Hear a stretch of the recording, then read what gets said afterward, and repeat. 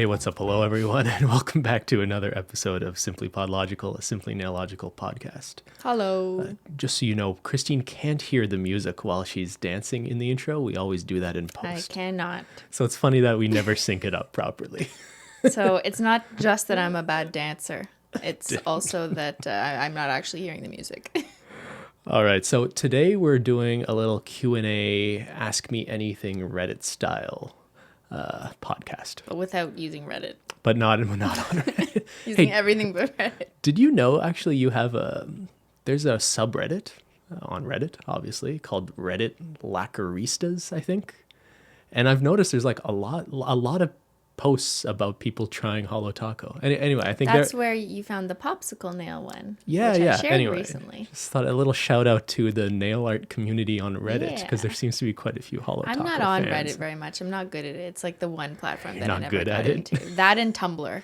Could never get into it. Well, most people just like lurk on Reddit and don't actually post anything. So like it's kind of like me. But anyway, so today we just wanted to answer your questions about anything and everything. So what is the meaning of life? Will we have the answers today? I don't know. Listen to this hour to find out. I think we've realized on like past podcasts too, like we've done some like heavy, serious topics and we'll get through like 5 questions because we give like these 15-minute answers to each one.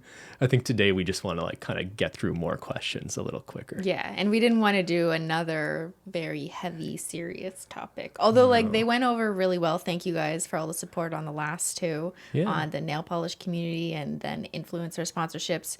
It was like more heavy content, I guess you could call it.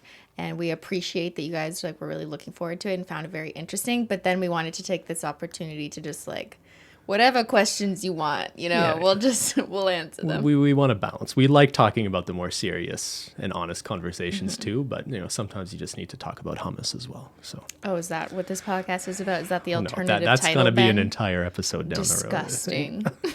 All right, let's just look at the questions. All right, first one from Ellie Rolando. Have you ever met a celebrity or famous person? I guess YouTubers don't count. Do I count? Well, yeah, have you met yourself? No, for you. Oh, me? When I was a child actress, I met Gina Rowlands, who is the grandmother in The Notebook. Okay. So that's where you may know her from. Yeah. And I also met Mimi Rogers, who played Elizabeth Hurley's mother in the original Austin Powers. No one knows what I'm talking about. Yeah, these are pretty obscure names at this point. But when I was a child, they were famous. I guess I'll say, you know how they say, like, you shouldn't meet your heroes? Like the celebrities, the people you look up to, because you might meet them and they might not be good people. Is that what people think of me when they meet me at VidCon? Probably. Okay. But I was really excited to meet Jenna and Julian's dogs when they invited us over one time. They're your heroes? Well, yeah, I had really high expectations for what Kermit would be like in real life, and he did not disappoint. He was so nasty. He sat on my lap and drooled on my dress. All right, so I'm just kidding. But, there was one celebrity encounter we had last time we were in LA, which I think was the most recent time we were there for VidCon over a year ago. And we stayed at this hotel in West Hollywood near the Sunset Strip, and we went to a little smoothie spot for breakfast. Do you remember this? Yeah. And we were just like sitting there drinking smoothies for like 20 minutes. And like right before we got up to leave, we realized the whole time that Emma Stone was at the table next to us. Yeah. Yeah. And like we didn't bother her or anything. I think we realized who she was like right at the end. And then she kind of also got up and left, which kind of made me sad because I think we can empathize with this a little. But she's probably used to like people recognize me. They might try to take a picture or they call their friend. It must be pretty weird to have to deal with I was that. deliberately like, oh my God, I realize who it is. And then act normal. Don't point your phone at her. Don't like go say anything to her. Like that's how my behavior kind of turns when I see a celebrity. I almost feel like pretend they're nobody because that's how I think. Is that you projecting how you would want to like be treated? They just want to be like, they're just a normal person eating a smoothie, like it's not a show. Sometimes you just want to drink a smoothie in peace. So I was going out of my way to like, just look normal. Quick, act normal. Your crush is coming, act normal. All right, next question. How are you guys doing? How has your mental health and physical health been affected since quarantine has started? Any suggestions on how to help maintain positive mental health? Nope. You've no advice? I have no tips. We're doing okay. Like I'm just being funny. It's been hard. I think it's been hard for everyone. And thinking back, like a month or two ago, we did a podcast on what to do when you're home and bored, and that was kind of our first quarantine podcast when this all started. And I remember thinking like, this is going to be over soon, right? Really? Did you think that? Well, I feel like that's how people were acting because it was kind of fun and weird and sort of like not exciting. That's a bad word, but just like when anything kind of different goes on, you just get all weird and excited about like the difference, and then you don't adjust to it yet because you're still dealing with like, oh, now I have to deal with this new thing. Yeah, so, I think it's been harder. Like you're really a creature of habit. You like your routines, and I think it was hard for you for a while to figure out what your new routine is, but I feel like you've sort of fallen into a schedule now that works for you. And maybe that is advice. I set my alarm. Yeah, I don't know why. I set my alarm and I'm up before 7 in the morning. And Ben sleeps until... like 9. That's barely sleeping. Usually later. Not true. I'm watching you. You watching me sleep? I don't know if we have any. I think we're doing fine. I think I noticed your mental health suffering a little bit early on, I would say. And I've noticed something about us. It's that like when I can tell that you're going through a hard time, I like really overcompensate by being positive. Yeah. And like to try to like help you get out of a funk. And then as soon as I realize you're okay, I sort of like, okay, now I can you're in a bad mood. Relax. And then I'm kind of in a bad mood all of a sudden. And then I'm annoyed that you're in a bad mood. I'm like, Ben, what's wrong? Just smile. But it kind of seems like we're never both in a bad mood at the same time because we kind of try to lift each other up when we notice the other one isn't feeling the best.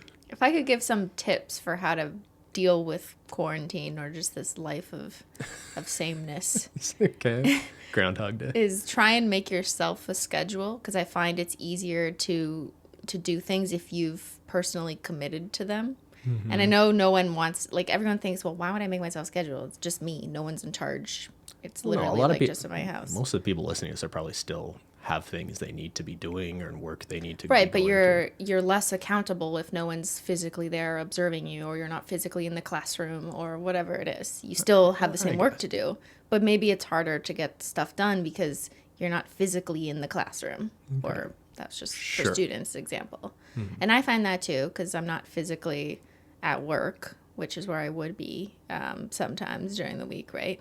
So yeah, just making yourself a schedule, waking up at the same time that you would, have some checkpoints and milestones that you want to accomplish, and then save yourself a little bit of fun. Maybe it's like making a cup of tea. Maybe it's watching a YouTube video. Fun. Maybe it's you're going to take your dog for a walk later, and like save that for after you've accomplished like, 1 or 2 elements on your checklist. I think it's really telling that your advice for how to maintain positive mental health is just all about being productive. That's always the thing with you. Everything with you is about being productive. Element. But like I'm trying to incorporate having fun too in your life because like presumably you have things to do in your life. Yeah, but it's also important to, there's so much serious shit going on right now. I think it's important just to check out.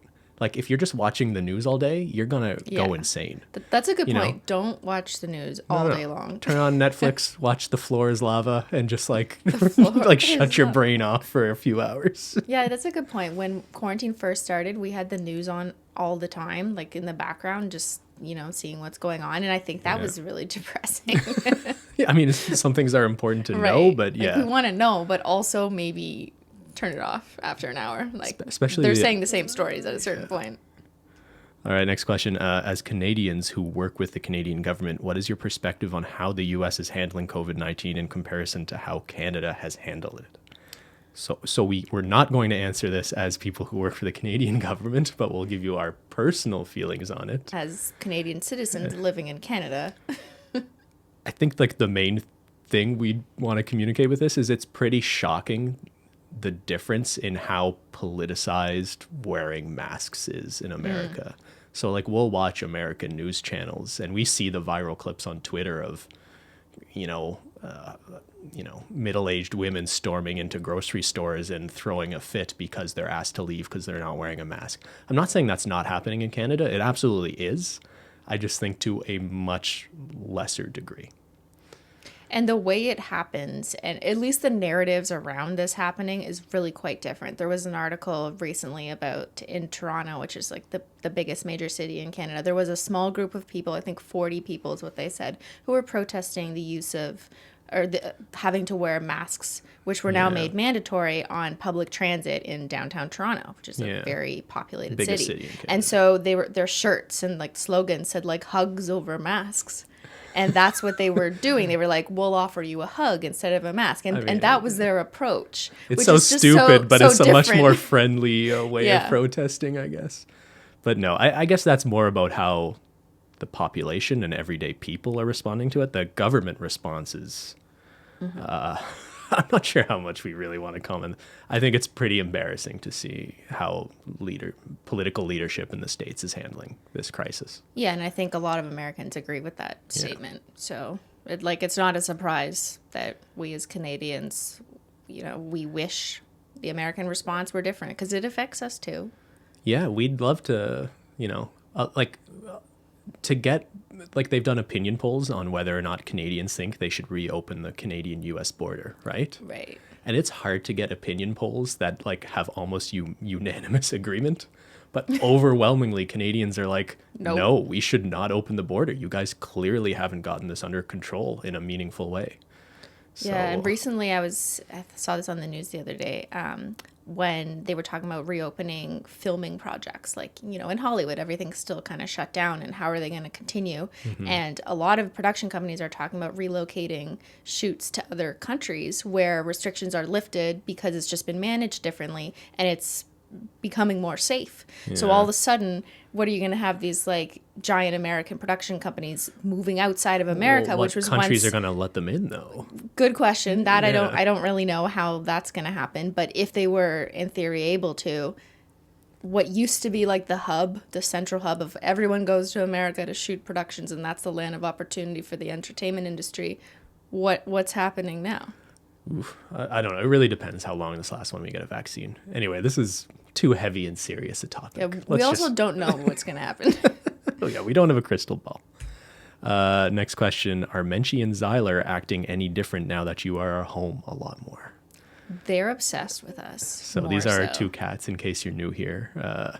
They've gotten very used to us being home. I say Zyler in particular.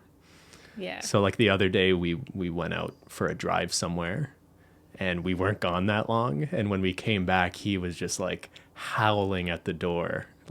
I guess if he hears the car leave and we're both gone, he assumes that's a bigger deal than us just walking out the door and walking somewhere. Yeah, but it was weird. Just kind of, he's smart, eh? He knows when we take the car or when we just leave for a walk. But they've gotten very needy and used to us being around. I'm a little concerned as things go back to normal and there's, we're not going to work right now. Our employer, the office is shut. Everyone's expected to work from home if they can. And when that changes, I think it's going to be a big change for the cats and probably a lot of people with pets out there. Yeah. So all of a sudden, they've gotten really used to their owners being home. Pets might have separation anxiety if all of a sudden their owners aren't there. And I might have separation anxiety too. From me? From the cats. From the cats. Okay. All right, next question. Are you back to the day job in the office? So we just said, no. Yeah, right now the federal Canadian government at least has basically not laid out a back to work plan. At this point we have no idea. A back to the office plan, not work. Yeah. Most people are working remotely from home. So they're just connecting remotely to the network and doing what they need to do that way. Or they may have their work computers at home and things to do it that way. But I haven't been I haven't been in the office since March. Neither has anyone on my team. Yeah. So I guess there's two sides to this. In some ways it's, Menchie. Revealing. Hey, Menchie. In some ways we're finding out there's a lot of work that just can be done from home. But I think on the flip side, a lot of people are realizing that mental separation of going to work to this is the place where I work on this and my home is where I get to not have to think about those things is probably more important to people than a lot of people realized. It's important to me. I definitely miss having an office, and I find it really hard to work from here. because look at this face. Look at Menchie. Yeah, how can you work when Menchie's around? Next question. If you had to create a bubble household with another YouTuber and their partner/family, who would you pick? This is YouTube Hunger Games. Who are you going to pick? Who's in your COVID bubble? I've got an answer, but I want to hear yours first. So I'm assuming the bubble household thing, this question may have come from someone in Ontario or Canada, because like that's what our government is telling us to do right now, is pick these like social bubbles, like pick 10 people that don't come near anyone else except for the 10 people in their social bubble. You should be limiting yourself to these social circles that don't see anyone else other than those 10 people, for example. But I think this is more a universal question, just if you're stuck quarantining in a bubble with another YouTuber or a YouTuber couple, who would it be? So obviously our friends. I don't know. Why are you so reluctant to answer this question? Robin, Corinne, and Sophia and Tyler. Wait, how many people are in my bubble? Is there a limit? Well, like, we probably don't want it to be that big. You don't want the bubble to be that big, right? Because the bigger it is, the bigger the risk. Okay. That anyone could go outside the bubble. We don't want that. So we have to be very selective in our bubble. So I don't know about any of those people, but I'd love to be stuck in a household with Claire and Brad Leone and maybe Sola from the Bon Appetit test kitchen. Because I feel like we would just be eating so well.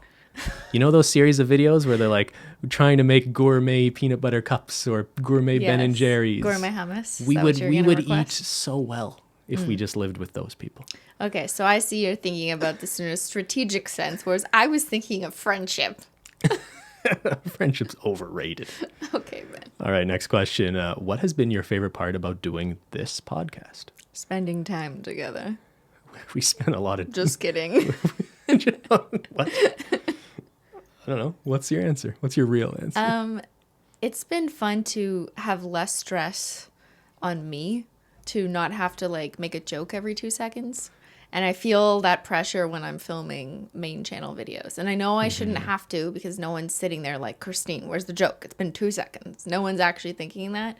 But it's really hard to get that out of your mind when so much of your channel identity is just like joke, weird, meme, something silly, cut. Yeah, even though that's pressure you put on yourself. Yeah, I understand there's that expectation there. And I guess this podcast is also something I don't think people appreciate or understand how much time you spend on Simply videos in post-production, in editing them. Yeah. This podcast, like we'll change some camera angles after the fact or maybe adjust the audio a little bit, but it's basically a live conversation. And I think it's been so much less of a mental burden that we don't really have to listen, or like you don't have to do some elaborate editing process with these after the fact. That makes a big difference in your willingness to do them. Yeah, so we may spend an hour and a half or so filming / setting up, and then we'll spend maybe about twice that time each just rewatching it, color correcting, uploading it, and everything else, like to get it actually finished. So that's a much lower like filming to editing, because there isn't really much editing, like ratio than with Simply, where it's like I'll film for maybe 5 to 6 hours, but then I'll edit for days. Yeah. All right. I mean, I wonder if the podcast is something you could see yourself doing longer than Simply videos too. And I think it's been refreshing for people to see like a more real version of you in a way. Not that like you aren't being yourself in Simply videos, but I think you put so much pressure on yourself to be in like an entertainment mode that it's, I think it's just healthier for you to just be like a real person having a real conversation sometimes. I also like this podcast because I see your comments from you guys, the audience, in a different way than I see them on my Simply videos. So like Simply videos, it's like, people, the top comments are usually like jokes about lines that I said, or something like just joking about how Cristine is so weird, or she's actually doing nail art, ha ha ha. Whereas the comments on this podcast and when we ask for questions are very insightful. Like there's some really interesting ones, and you guys have a lot to say. You've clearly like reflected on things that we've said in the past. So I really like that kind of more deep form conversation. It's a more meaningful engagement. So that's been really cool, because I'm kind of learning like about you guys too, and knowing like what you want to hear. I wonder how the audience would react if you just started like doing the podcast or continuing to do the podcast consistently and less main channel videos. I wonder how the audience would respond to that. Don't scare people like that. All right, next question. What is a common misconception people hold about each of you? Love the podcast. I listen with my husband every week. Thank you, J. Nicole Forbes. What misconception do people have about you, Cristine? I think at the outset, like, people think I'm dumb. You know, if you just watch my nail videos, or like the girl who, you know, put 100 layers of nail polish on, or that kind of thing. But that's an obvious conclusion to kind of come up with, and the media has, you know, perpetuated that conclusion in the early days. Like, if you're putting out videos of you eating nail polish, what else do it's I maybe expect? not completely unreasonable for people to just sort of write that off. But as it's still a misconception. Yeah, you know, absolutely. Another misconception is that people in the beginning actually thought I was like a licensed nail tech, or like I had actual nail knowledge, and I never did. I don't really know if I have an answer to this. I mean, I think it's interesting the extent to, like, as a kind of public figure on the internet, if you make a joke about something one time, people might sort of grab it and run with it, and it becomes like sort of exaggerated how much it matters to you. And I could think of like silly examples like bananas or like hummus, and like we sort of play into these as jokes, right? But like the banana thing, like I'm like made a couple jokes about bananas, or I drew bananas on your nails, and then like all of a sudden like everything's about bananas. But like a more serious example is like I've made some critical comments about the beauty community. It wasn't really that much. I don't think I said anything like insane or crazy. But in a certain corner of the internet, I noticed there's like a lot of comments about like now wanting me to comment on beauty guru drama all the time, or, you know, as if like I'm a drama channel. And I think I sort of regret making jokes about that, because I don't really want people to think of me as the guy who's willing to say mean things about beauty gurus.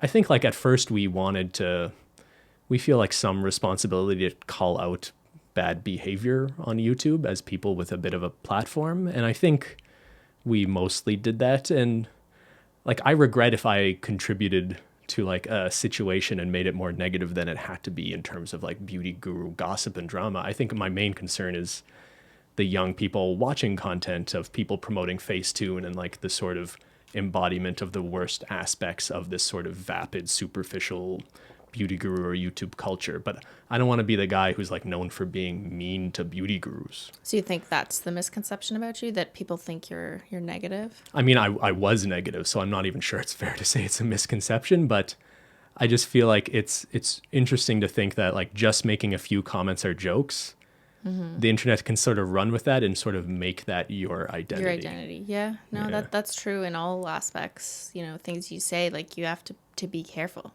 I guess, is kind of the lesson. Maybe I should be a little more careful. I People don't love want to Shady get Ben. deposed in Tati's lawsuit, you know? Oh my God.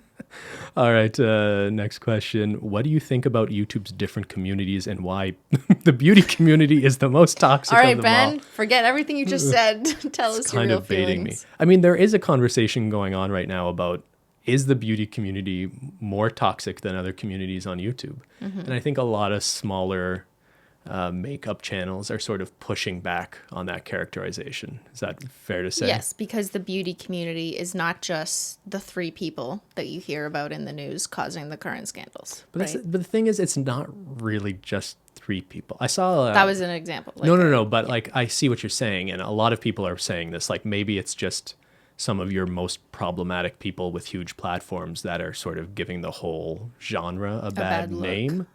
But I don't know if that's true, because I think there's a long history of beauty guru influencers specifically acting poorly.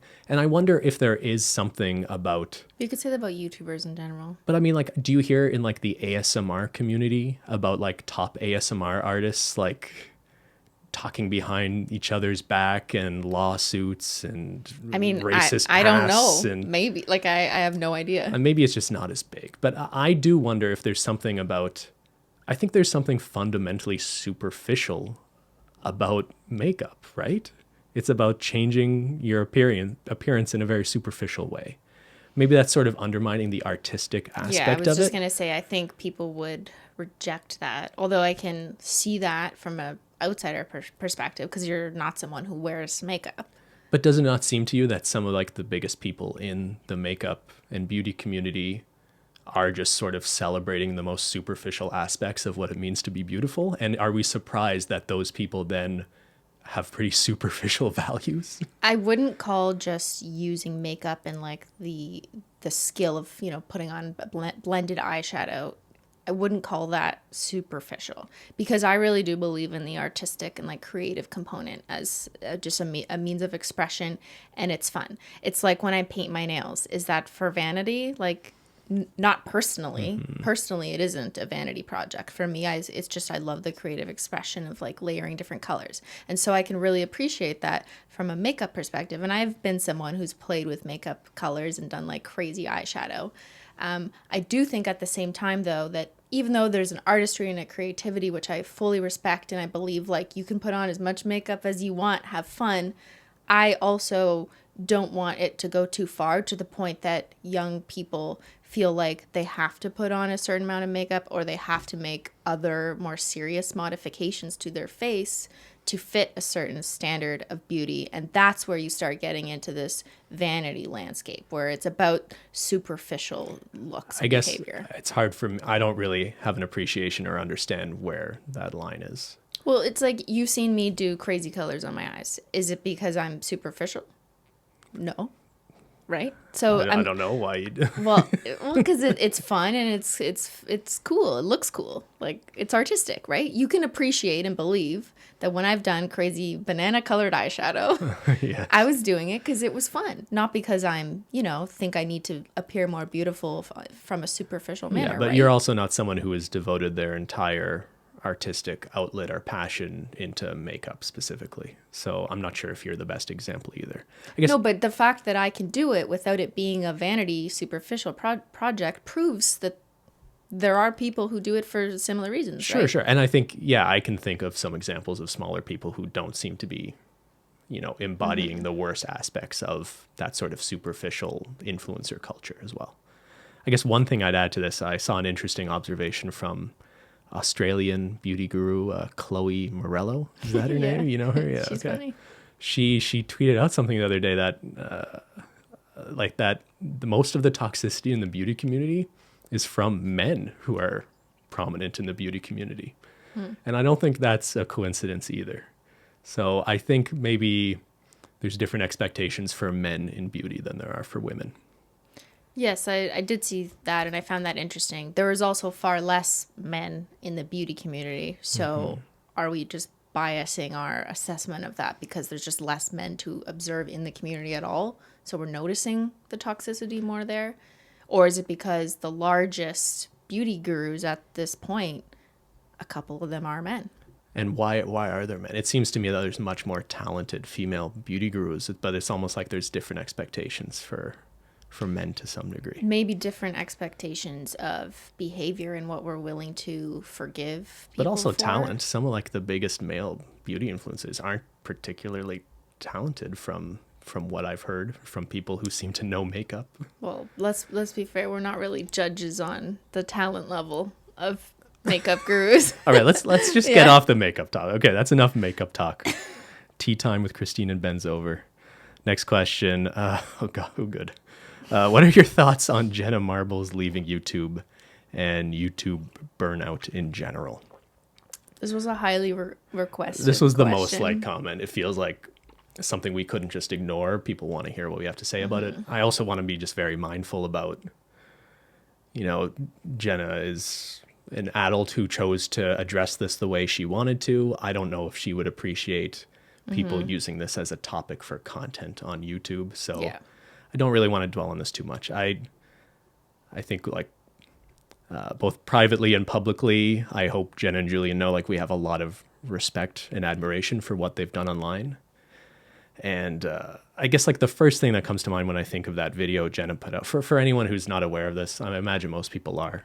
But so Jenna put out a video recently saying she's probably not going to make YouTube content anytime soon or maybe ever again. And she apologized for some insensitive content she had made many years ago, including some racially insensitive jokes. Is that a fair characterization or overview? Mm-hmm. I guess I'll say, like, totally respect her decision to do that. I think a lot of the conversation is about, like, whether or not she was canceled or not. I think that's what a lot of, like, the Twitter conversation was after the fact. Yeah. And you'd see people complaining, like, isn't it so sad that Jenna Marbles was canceled over, like, jokes she made 10 years ago? And often you'll see people respond like, she wasn't canceled. She's just taking ownership and accountability for things that she felt hurt her audience. I think I'm more inclined to agree with the latter interpretation, that Jenna is just a very kind and empathetic person who felt a lot of guilt over the fact that anyone might have been offended by her content. But I would ask people to consider that even if there wasn't, like, some outcry for her to address this, just knowing how nice of a person she is and how caring she is about her audience, even if she just saw, like, a handful of comments of potentially people who didn't even really care, they were just trying to get an influencer or a famous person to apologize for something, like, you kind of have to question people's intentions as well. It makes me really sad thinking of that video, because she basically leaves off saying, like, I really don't want to think my channel made people feel bad, I think is the kind of core message she left with. And that's just so sad to me, because I think so many young women in particular look to her as just such an immensely positive and responsible figure on a platform full of irresponsible figures. And to think of how much good she has done for people, I really hope she doesn't leave YouTube thinking that she had some sort of negative influence, because I just really am not I'm not in any of the categories she would have offended with those old jokes and content she deleted years ago. But I just have to think her positive influence outweighs those mistakes. Mm-hmm. Yeah, and I feel the same way, and I feel like there's probably a lot of Jenna Marbles fans listening to this podcast too. I know we have a lot of audience overlap. You guys if you love me, you probably love her. I love her. I love her content. Obviously, she's been an inspiration to me since I started my YouTube channel, and I, like, remember saying that in a video in 2015. Mm-hmm. As a fan of Jenna, you know, I respect her decision ultimately. Whatever makes her feel like better and what she wants to do in her life at this point. And I think the best thing you can do as a true fan is respect her decision, like, appreciate, you know, what she wants to do with her channel, and especially not make her feel bad for leaving or getting mad at others for causing her to leave, because she is a grown adult who made a decision that she felt was right for her. So, you know, this isn't about getting angry at people, Jenna, or others. It's just about respecting her decision as a content creator to take a break and do what she wants. And like Julian said, she's going to be Jenna now. Not Jenna Marbles, but, like, just, you know, Jenna. She's been doing this She's a real person. Time. Yeah. Yeah, and I feel like that probably contributed to... Yeah, I really hope she doesn't feel any sort of guilt about not making content. And please don't make her feel guilty with comments. I think they have such a respectful audience. It's kind of insane how positive an audience she has. And I think that really says a lot about both her and Julie. Yeah. Anyway, love those guys. Moving on. What are your opinions on so many YouTube creators being canceled because of past problematic videos? So I guess just adding on to this, we saw quite a few questions about this and just sort of our thoughts on cancel culture in general. I think it's a tricky topic and one we kind of want to be careful what we say about it. And like, what really is cancel culture? Like, what you'll often hear when you're having a conversation about cancel culture is there's often this retort of, like, who has really been canceled? And I think there is some irony in the fact that a lot of big figures complaining about cancel culture are people with big audiences who, you know, like, are you really canceled if you still have some giant platform and you're publishing books and things? You know what I mean? If you're still at the height of your fame And the controversy is just making you more infamous. Are you really canceled? Like, is the concern over cancel culture kind of overblown in the sense that how many people can you actually point to that have been quote unquote canceled? And what does that really mean, right? Although, like, I guess I'm kind of on the flip side, I think some people have this idea of like, no one's really been canceled. Like, look at someone like Louis C.K. He can still make money. But then I guess I wonder, when people want someone to be canceled, are they literally thinking that that person should like never work again? Like, should that person just be like, you know, live in a hut in the woods and like should never be seen or heard from again? Like, what does it really mean to I guess cancel that's someone? kind of a goal that I would like people who are encouraging the cancellation of someone to ask themselves is like, what do you ultimately want, and what are you comfortable with in terms of like this person that we're trying to cancel? So, for example, when I think of this, it reminds me a lot about criminology. Yeah. So, public shaming, right, and using that as a way to deter crime.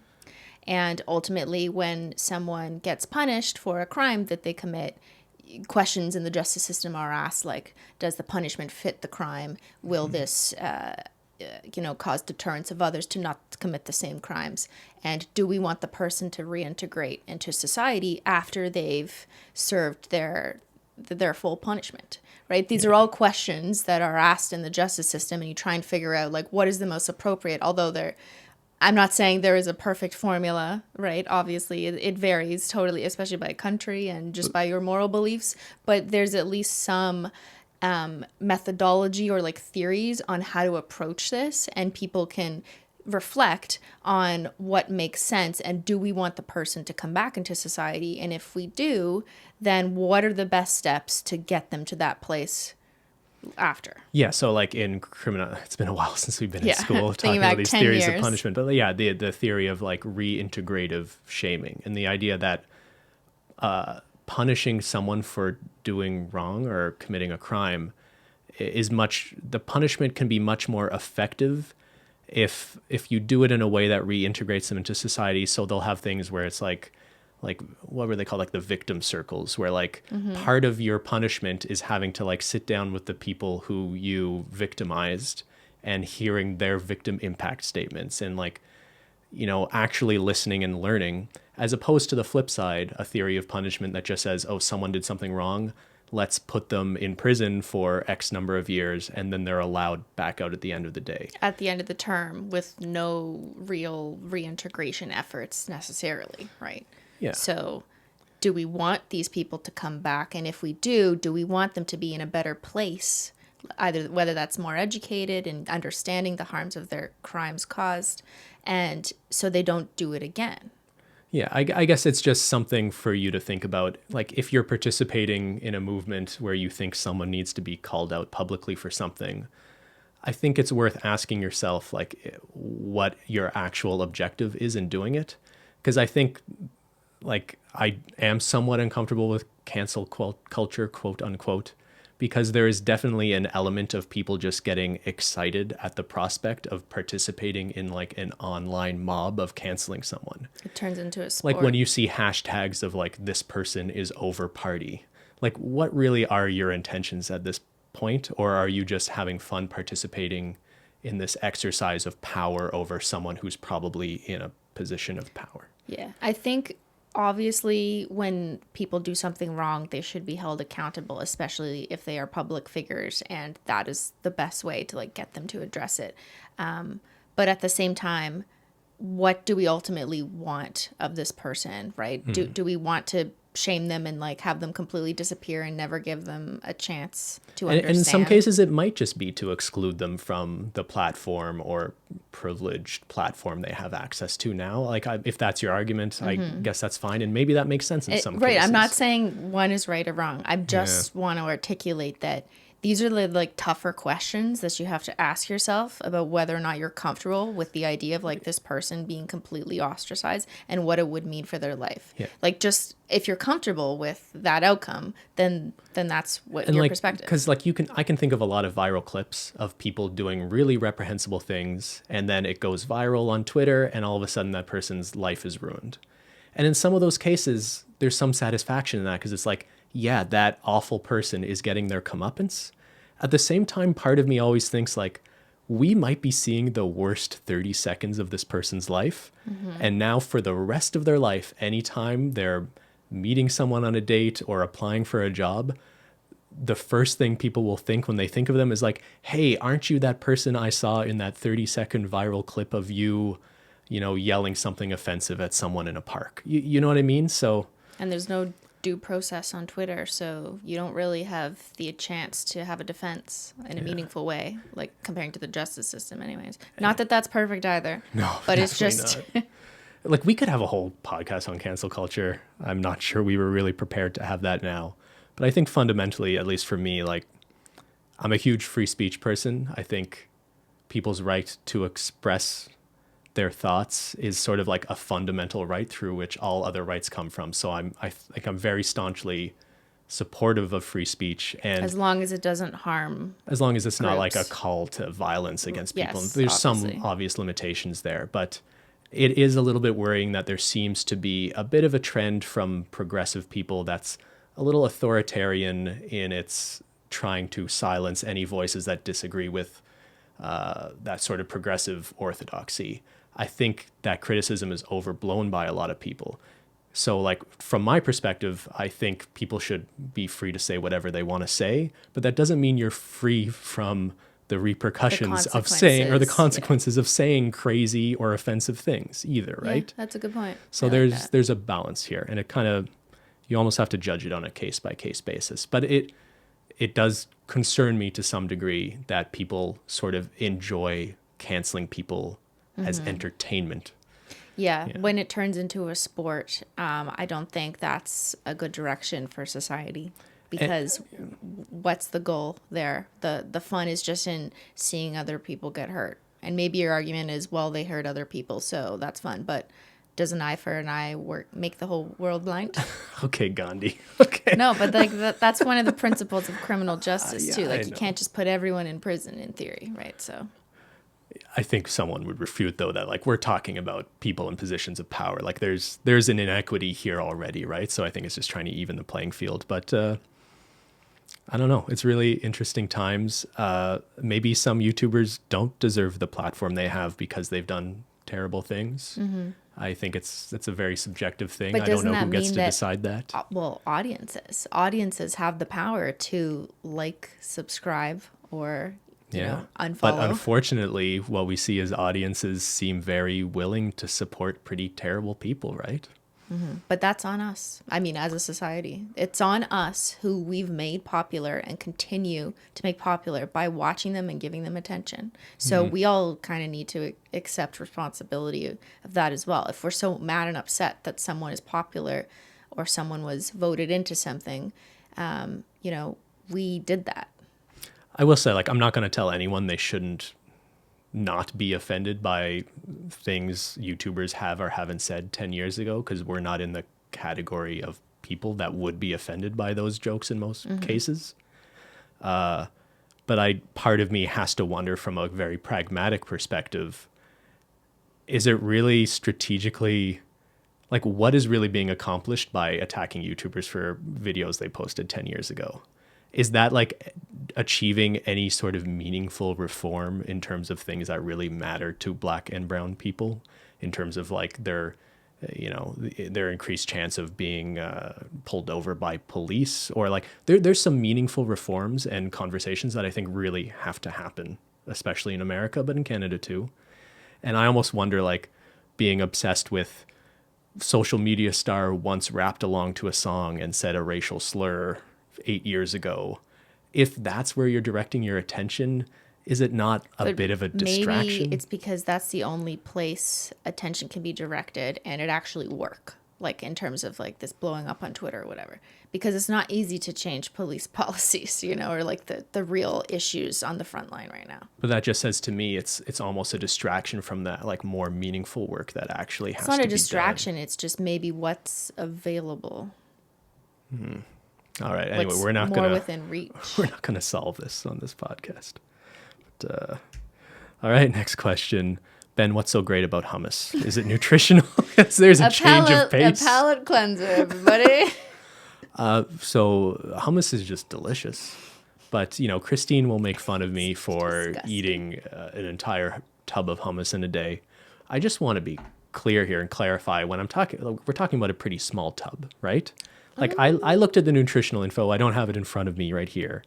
But, it's like maybe like 400 calories of hummus.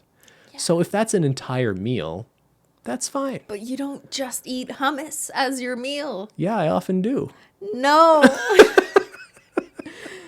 Okay, here's the thing about Ben. Ben's going to make a video, and it's going to be called What I Eat in a Day. And it will last 20 seconds, and it'll just be hummus. Oh, right. Like, Enough of that. I come downstairs, and then he'll turn around, and there'll be a bowl of hummus. Me. And he's finished, and he's cleaned the spoon, and the whole bowl's empty. Yeah. There's worse things to be addicted to. Okay, Don't I support your tea addiction and you're giving me a hard time for liking hummus a lot? But I drink a reasonable amount of cups of tea No, a day. you drink an unreasonable amount of tea a day. I don't think so. I drink like 4. For someone with like 4? crazy hobbies and addictions and 5,000 nail polish bottles downstairs, you're giving me a hard time for eating a lot of hummus. I just want you to have a balanced diet.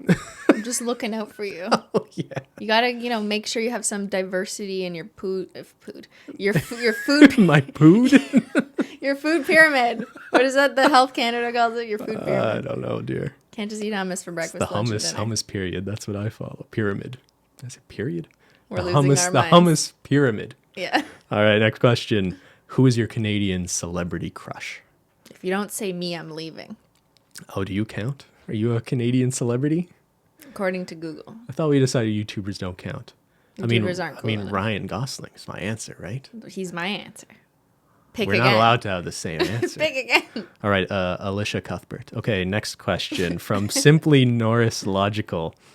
Do you have another family member? When you started YouTube, did your friends and family support you? I didn't really tell them. I think it's just more the case like they didn't really understand what it was until it clearly turned into... Until they saw me on the news or something, like in an article. Until they saw the McLean's article. Yeah. I remember my dad is like not a very talkative person, kind of old school guy. And like, I don't think he understood it for a long time. And then one time I'm spending a little time with him and he goes like, Googled your name and something I found a Social Blade. And he just like gives me this nod, like, good for you. I'm like, okay. I guess it changes once your family realizes it's like this lucrative business thing and not just like some weird hobby I was supporting of my girlfriend, right? Yeah, my grandmother still doesn't get it. When I talk to her on the phone, she'll be like, "You're still doing that nail thing?" Yeah. And I'll be like, "Yeah." She goes, "Why don't you go back to school?" No, but then she'll ask me, "But you still have your government job, right?" And I said, "Yes, Grandma." And she goes, "Well, good." Just like, okay. I would love to get your grandmother, both of them, on this podcast. Oh my God, nightmare. Yeah. All right, next question. What TV show has made you guys... what TV show have you guys enjoyed the most while the world is in shambles? What have you been watching lately? When quarantine started, we watched Pandemic. Yeah, that wasn't a good idea. Like I was saying earlier, like you need some entertainment that's just like shut your head off stupid. Like The Floor is Lava was a good example. That show was so dumb and bad, but I watched all of it. We watched Ozark. Yeah, but that's another dark show. Like you watch some dumb content too, though. I watch mostly dark shows. So I'm watching Billions. Yeah. I watched My Brilliant Friend on, I don't even remember if it was Netflix or Crave, but it's based on an Italian novel. It's really good.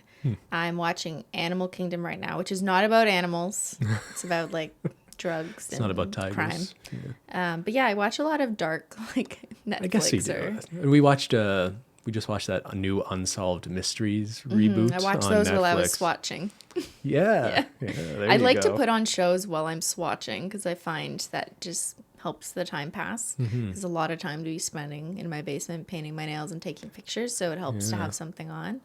But yeah, I like the dark, like psychological thriller content. Okay. Next question. What was your favorite movie as a kid? I don't remember. For me, it was Transformers More Than Meets the Eye. Do you remember that cartoon with the robots? I don't really remember like watching movies. You didn't? That's so weird. You didn't watch movies as a kid? I mean, like I probably did, but I don't remember them. You don't really like. I think most people from their childhood have memories of like that big deal movie that came out when they were like between 8 and 12 years old. Like what? What are some examples? I don't know. For me, like we're the same age. Jurassic Park, when that came out, that was a Hated that big deal. movie. Everyone was talking about it. I didn't watch it. I remember it being on, and then I'm like, this is stupid. Really, that movie kind of holds up in terms of its special effects. No. Or like Toy Story 2, I guess. When that came out, it was like amazing Buzz Lightyear. technological advancement. Yeah, okay, I've seen that. You are so weird. You didn't watch movies as a kid? I mean, like I did, but I don't remember it fondly. It's just a movie as a kid. I remember I would watch like the Transformers cartoon movie over and over again. Like the new Transformers Michael Bay movies are awful. Like some of the worst movies you'll ever see. But that 90s cartoon movie is so good.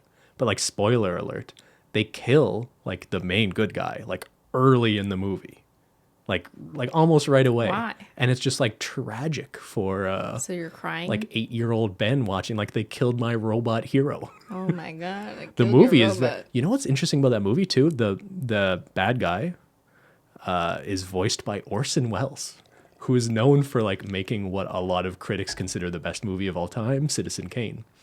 And it's his last credited role in a movie is this cartoon robot fighting movie. And apparently he didn't really realize it was a movie. He thought he was just doing the voice for a toy commercial. What? How could he not know that? He was kind of getting old. And you know what? There's an argument to be made that Transformers, the show and movie, was basically just a long commercial for people to buy the toys.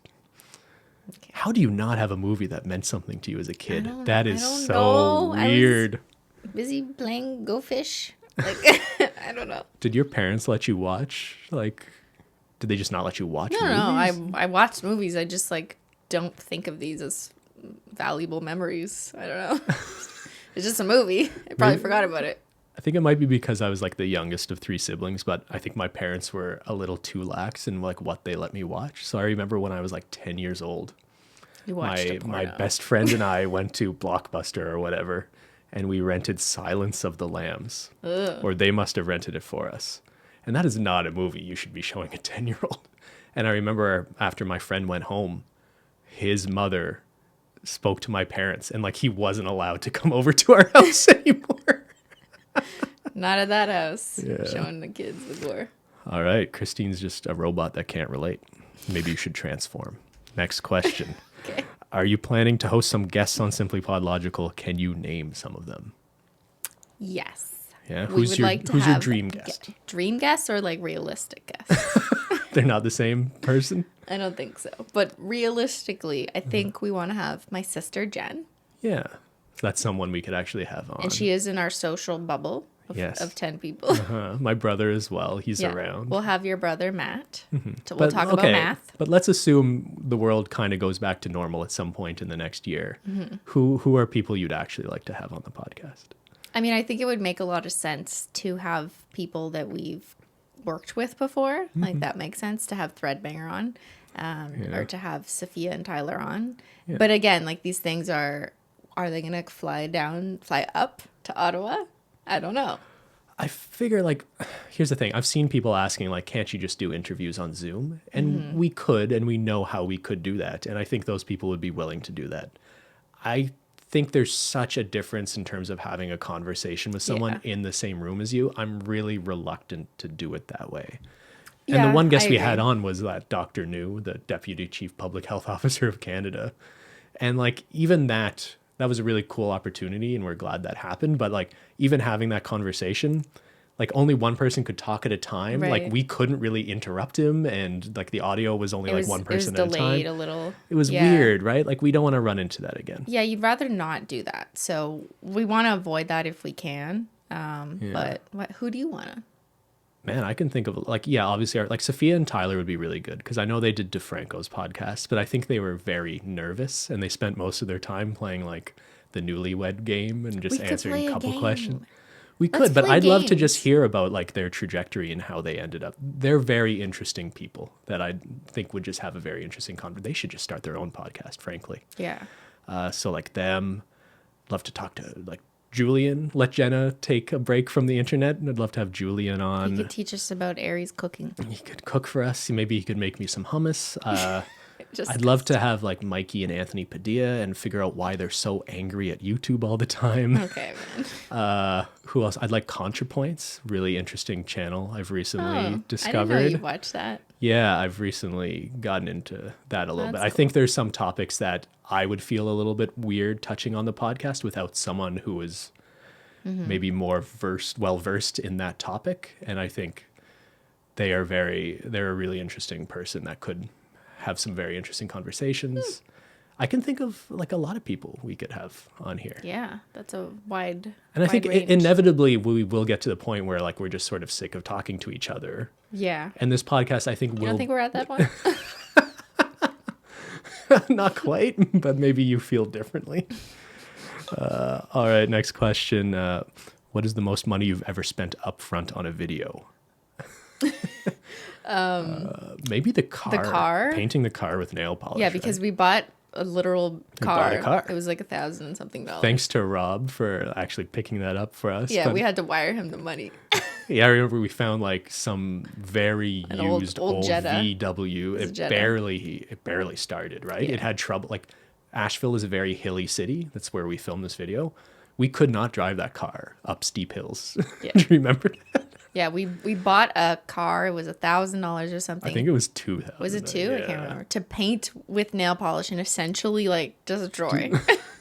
And then we ultimately donated Ultimately, it. it was to donated some, to charity. I think they just sort of scrapped it, but Yeah, it was donated to charity for scraps, not to like the car was not given to children, but you know what I mean.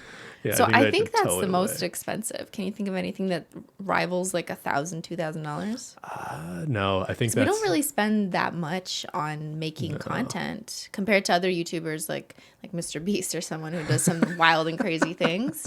Yeah, my content generally doesn't cost that much. Obviously, when I'm reviewing Amazon products or testing things, like a lot I've of these purchased little all things those, add up, but no, but- I can't think of another giant like the coffin. We also sent The to coffin. Threadbanger. Was The pretty, coffin was, I think, a yeah, coffin's more $1,000, expensive yeah. than I thought it was, but Good point. I guess, kinda yeah, weird. there's a few of those examples maybe, but Not nothing really. too crazy and nothing that cost more than a to video make. made.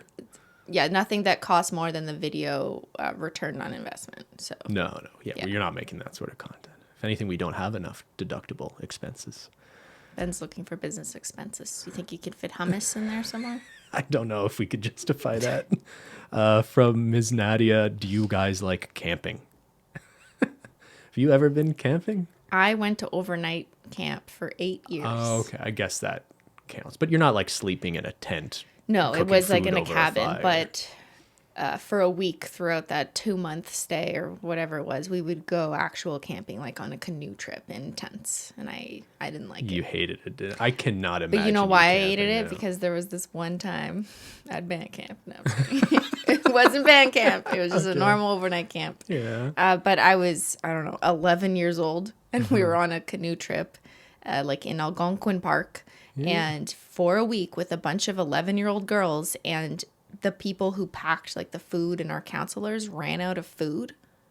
They just didn't have enough food. That's responsible. And we had to ration a tiny granola bar between like a few of us, and some of us just started crying. We're like, we want to go home, but like you couldn't because there wasn't really cell phones, so we had to keep portaging into the next station where they could find I don't know, like a park ranger to call someone to like let them know that there's a bunch of 11-year-olds who don't have food. But we ended up crying. We're carrying 90-pound canoes on our back. Meanwhile, like we are traumatizing. 90 pounds. And we started eating grass. I remember. No. I swear to God, we ate grass. Yeah, that sounds okay. That it makes Anyways, sense. You don't like after camping. that, not sleeping, black fly bites everywhere. We were crying when we got back to the camp. We all called our parents and complained and like wanted to go home. Yeah. Okay, but that builds character, right? Isn't that Right. what they say But it about also made me experiences like that? not like camping after that experience. I get that. I think we're more, if anything, we would do like glamping now, which is Okay. like you sleep in a nice bed in like a hut somewhere in the middle of nature. Like that's something I could see us I have a doing. bad back too, so honestly, like I would not be good at Oh. sleeping on roots. You're so precious. No, I'm just old. My, I have a sister. Have I talked about that on here before? Anyway, she's like kind of a hippie. She used to work in Algonquin Park. So I have some fond memories of going up there to visit her. And I think just, she knew things about the park and certain trails. And we would go up there sometimes. And she would show us like there's an unmarked, there's a really famous artist, Tom Thompson, died a long time The ago. Group of Seven. He's part of the group of seven. Was he actually in the group of seven, or was he like a predecessor to the group? Anyway, Yeah. really famous Canadian artist, was famously buried in the park in an unmarked grave that not many people know about.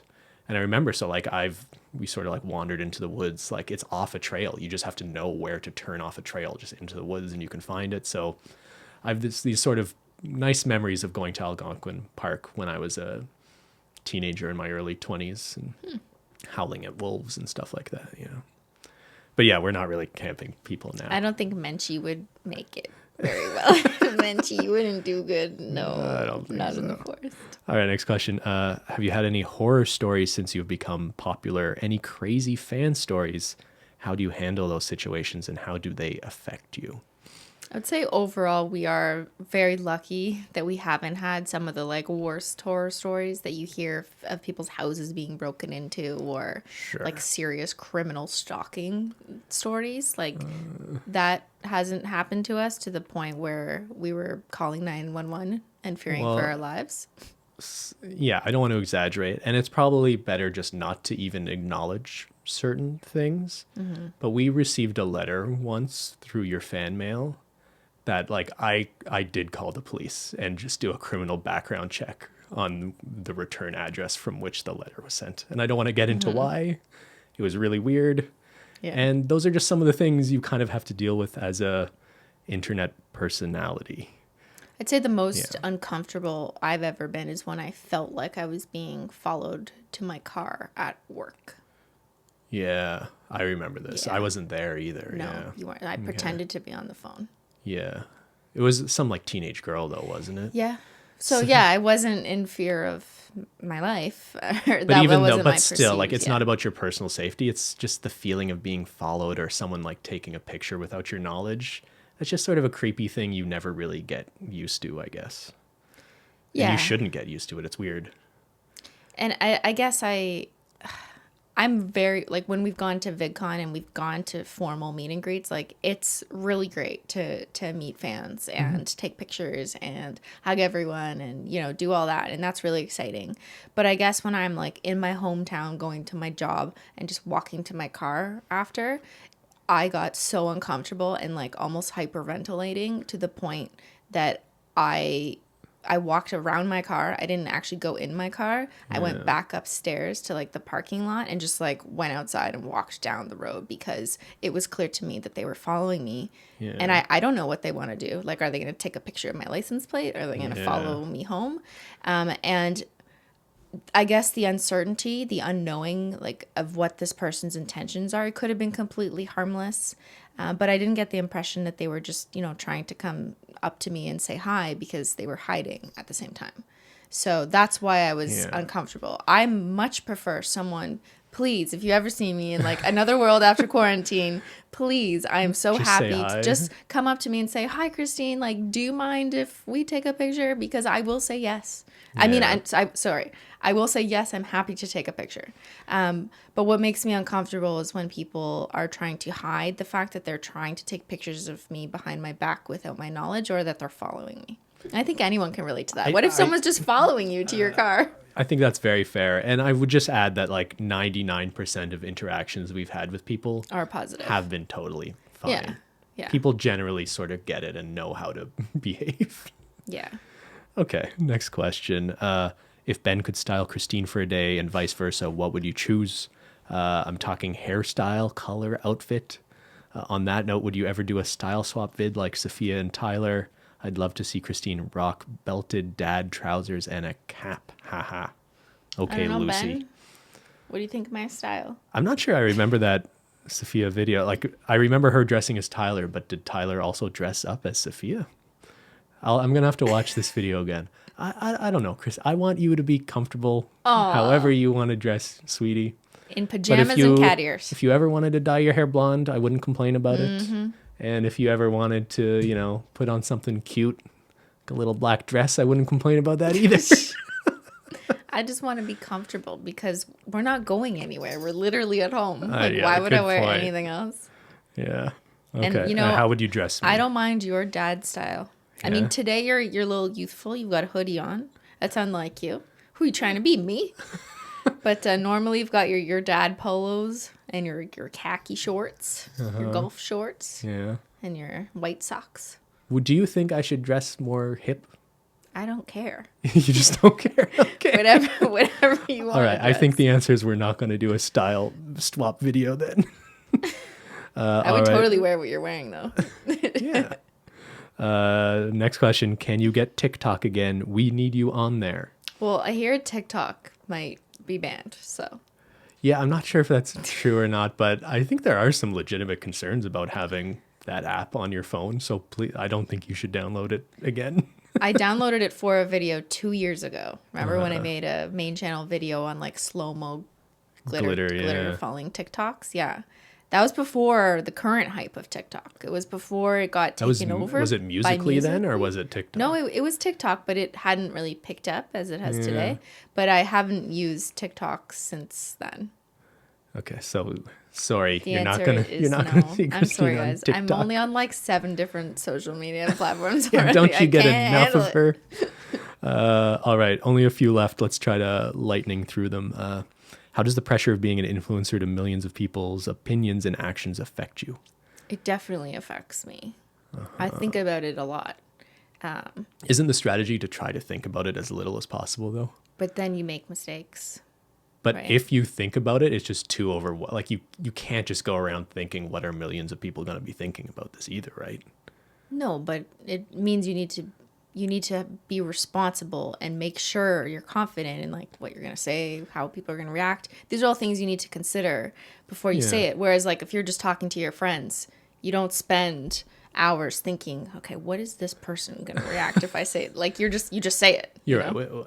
You have an obligation to be responsible because you are a role model, whether you want to be or not. But at least for me, I felt like I got a lot more comfortable on camera once I stopped thinking so much about the fact that millions of people might see that. So yeah, those are two kind of different questions, I guess. But I see what you mean, yeah. In the beginning, I think I was really nervous that so many people were seeing this. So I'd be more sarcastic and weird just out of nervousness. And now you're sarcastic and weird. Just out of normalcy. Just because that's who you are. Yeah. All right, next question. When quarantine is over and it is safe to go back out into the world, where will your first trip be? Tell us, Ben. Any vacation ideas? Tell us. I mean, yeah, okay, so we're assuming the borders open again. I'm going to be pretty reluctant to travel for a long time until we really see that we're out of the woods. At this point, I'd be more inclined just to, rent a really nice cottage somewhere or just go somewhere a little more with less people. Like maybe we'll just like go to some resort in Vermont or something like that. Or, I saw some article about like Fiji is advertising like themselves as a destination for rich people to go to avoid people. I think it would be pretty funny to go to Fiji. But we have to go to an airport to go there. I know. Here's the thing. Like, this is assuming the world goes back to normal, but I can't even let myself think about that because I just feel like we're so far away from being able to do anything. We might do more vacations in Canada. Like that might be a realistic one. Maybe in the winter, if things in Canada are opening up a little more, maybe we go out on a winter vacation. I don't know. Another winter? Go back to Another winter Banff? vacation. I don't know. Yeah, I don't want to get my hopes up too early. Oh, man. One day you'll have your vacation again. All right. Oh, and last question. Any Holo Taco sneak peeks for the PodLogical fam? Ooh. Okay. Cristine So- sips her tea. I've been dropping hints for Holo Taco's first anniversary collection. I've already said that it looks good over black. Okay. I've already mentioned that there's 3 limited edition polishes in this collection.